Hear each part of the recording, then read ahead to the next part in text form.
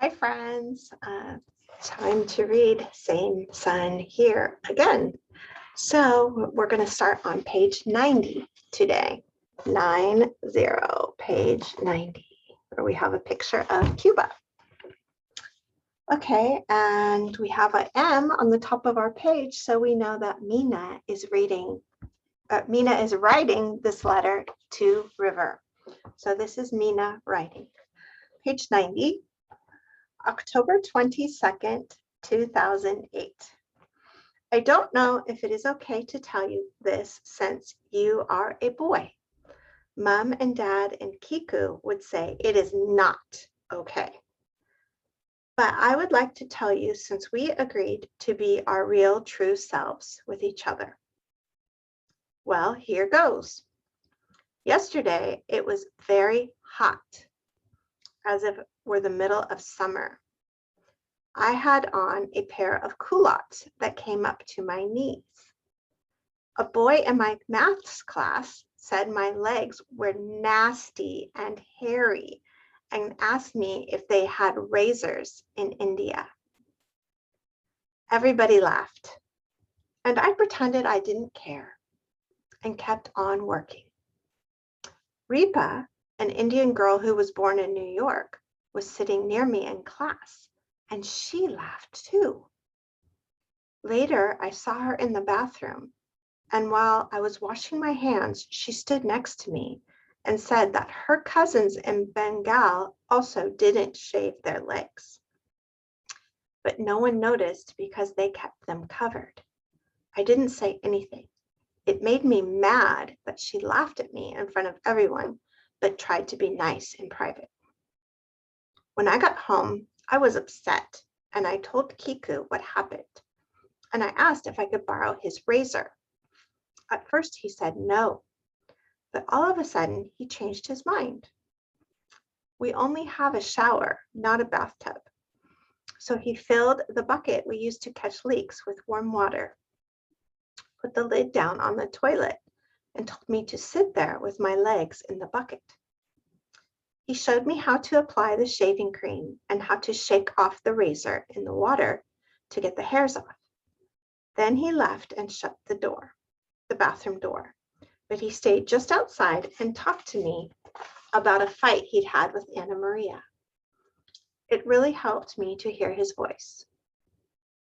Oh my gosh, River, shaving was kind of scary. I thought I would cut myself and bleed to death. I know boys have to shave their faces, but faces are small and legs are long. It took forever to do one leg, and then I still had the other to go. When I finished, Kiku came in and checked my work. He said, "You missed some hairs on your knees. Girls always do that." So I shaved them off and wondered if he has seen Anna Maria's knees up close. I think he has. So here's the picture of the razor that Mina used to shave her legs. My legs felt so weird. The air stung my skin and I felt like a different person somehow. When Mom came home, we showed her my legs, and she said that was the last time she'd leave Kiku in charge. She said I was too young and Daddy would be mad at her. Then she gave me some cocoa lotion that burned and said the hair will grow back thick and coarse and I will have to shave my legs for the rest of my life. But I don't care. I like how it looks and no one can laugh at me now. And when I'm very cold, I will let it go hairy and wild again. Right now, I am sitting on the floor, wrapped up in a red and purple blanket Daddy knit. It was hot yesterday, but today is freezing. I can see out the window onto Orchard Street. The crispiness of the air changes the streetlights. They look brighter and sharper than they do in the summer. I love when it gets cold. Do you? It makes me want to curl up with a book and a hot cup of tea. I have been saving the best for last. Daddy was home this past weekend. He took the bus in and we met him at the Port Authority and went bowling. There is a bowling alley right at the bus station. Isn't that funny? Their fountain soda tastes great, better than sodas from a can. Anyway, Kiku won, like he always does, and I got one lucky strike and a lot of gutter balls. It makes us all laugh how Mom kneels at the end of the lane and pushes the bowling ball with both hands. She got 3 strikes doing that, and we laughed till we cried. Bowling is something we never did in India. Kiku tried it one night with his friends, then showed us. After bowling, we stayed up late. I read to Daddy from my journal so he would know what we've been doing and wouldn't feel left out. Mom gave him the muffler she had been knitting. It's blue and the stitches run in long, tight chains. I love the way it looks. I have never seen people knit here the way we knit in Mussoorie. Up at Landau Bazaar, the women walk or sit in a circle and make sweaters and gossip about whoever is not there that day. Their fingers move faster than their tongues, and they never look down at their work, and they never make a mistake. Well, Mom gave Daddy the muffler, and she said she thought of him with every stitch. It was not cold that night, but Daddy wrapped the muffler around his neck anyways. It went around twice, and he said, "I am a lucky man." It was sweet. Have I told you before that Daddy works at a catering hall? I can't remember. It is a good job that Sushil uncle got him. If you work in a restaurant, some nights are slow and you get bad tips. But if you work in a catering hall, you are always guaranteed to make $150 a night and whatever else you make in tips. Daddy eats for free at the catering place 5 days a week, and he shares a room in a hotel with 3 of the busboys, who are all from South America. Daddy loves to watch people and tell stories.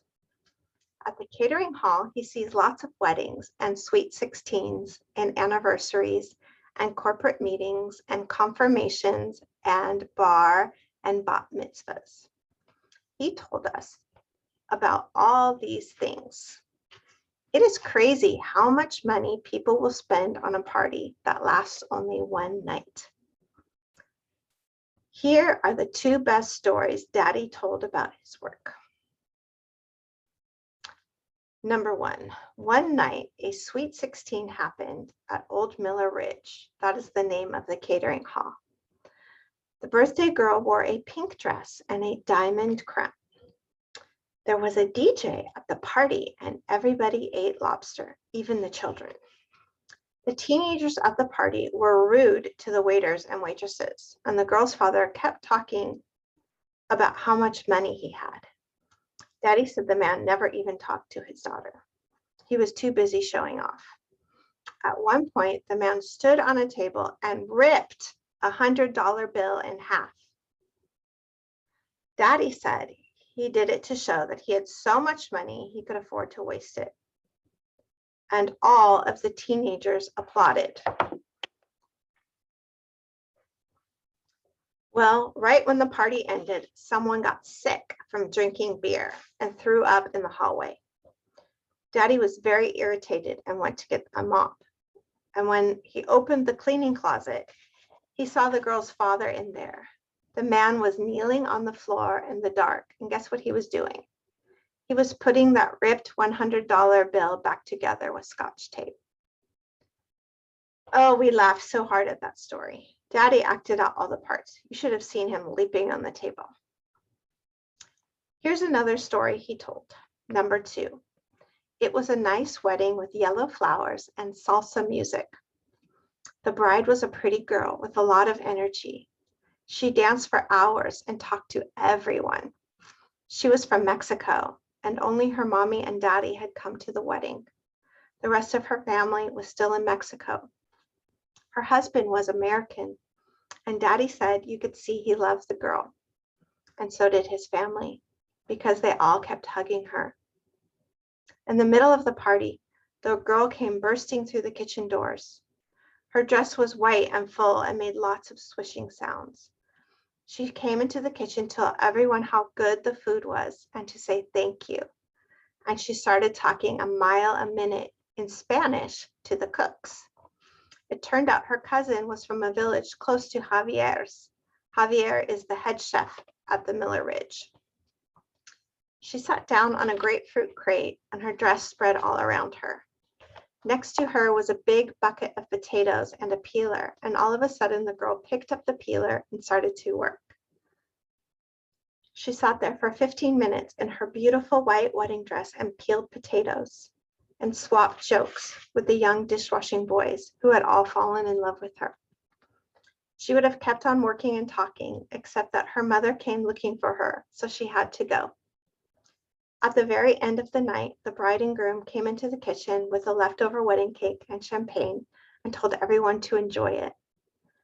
Daddy said the cake tasted like butterscotch, and the champagne gave him a headache, and he couldn't stop laughing because the dishwashing boys kept fighting over which of them the bride had liked best.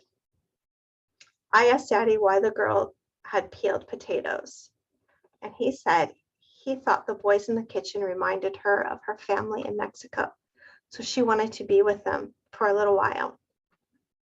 It seems like there are so many homesick people in the world.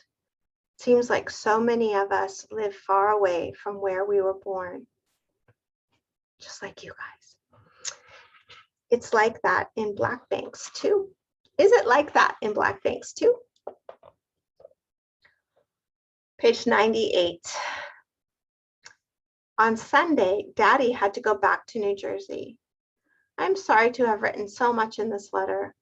I have been trying to tell stories to make you feel better. I hope it has worked. You can talk to me anytime about anything. I'm still sitting on the bedroom floor, but now the moon is shining bright through the window. It's just 2 days past full with a little chip off the top. It's hard to see the page, so I think I'm writing crooked.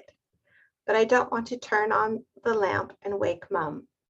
I hope you can read this. Write to me soon. Your friend, Mina. P.S. I translated this for you so you could meet Dottie. So here's a letter from Dottie. And Mina wants to share the letter with River. So Mina translates it into English down here. So this is from Dottie. This is Dottie talking. Corn is hung from the ceiling, Loki and pumpkin are done. Cauliflower, garlic, and mooli are coming up. Tomorrow I will plant potato. Anjali is still talking about the chawala who asked if she liked his mustache. When I walk near the school across from the church, I hear the children chanting lessons. They do not teach the months of the year in Hindi anymore. Make sure to practice and not forget. Are you keeping warm? Eating well? Is Kiku? I had a little fever last week, but took musk deer pills and it went away. This year, the snakes are bad. No one is grazing their goats by the river. Still, one was lost. No matter how you plan, something always happens. Bahadur came for a visit and said the Gujar boy was grazing his goats high up and a huge eagle came and swooped and a baby goat got scared and ran away from its mother. The eagle chased the baby off of a cliff and it fell down on the rocks and died. The Gujar boy saw the eagle flying with the baby goats in its claws. It was beating its wings deep and slow, going towards the high peaks. I know you are feeling sorry for the baby and its mama, but remember that the eagle must also eat. I think it was very smart about getting its dinner. The autumn festival has started. Much dancing and singing and drumming. The village girls came in their best dresses for Dussehra. I saw old Usha and her granddaughters from Kolti. She is still as strong as a bull and stubborn as a mule. We stood with each other and watched the parade. You remember her grandson who always had the hiccups? He is also in America, in a place called Michigan. Usha says they have a lake there as big as an ocean, but it is natural, not from a dam. I am practicing my letters and reading the school books you left. My spelling is bad, but what can an old woman do? Today I make your favorite mula paratha for breakfast, and I sat under the trees to eat and watch the monkeys. I think of you with every breath and pray that God is keeping you safe. Grandmother. So that is the end of our reading for today. Mina once again wrote a very long letter, but she told us lots of nice things about her family.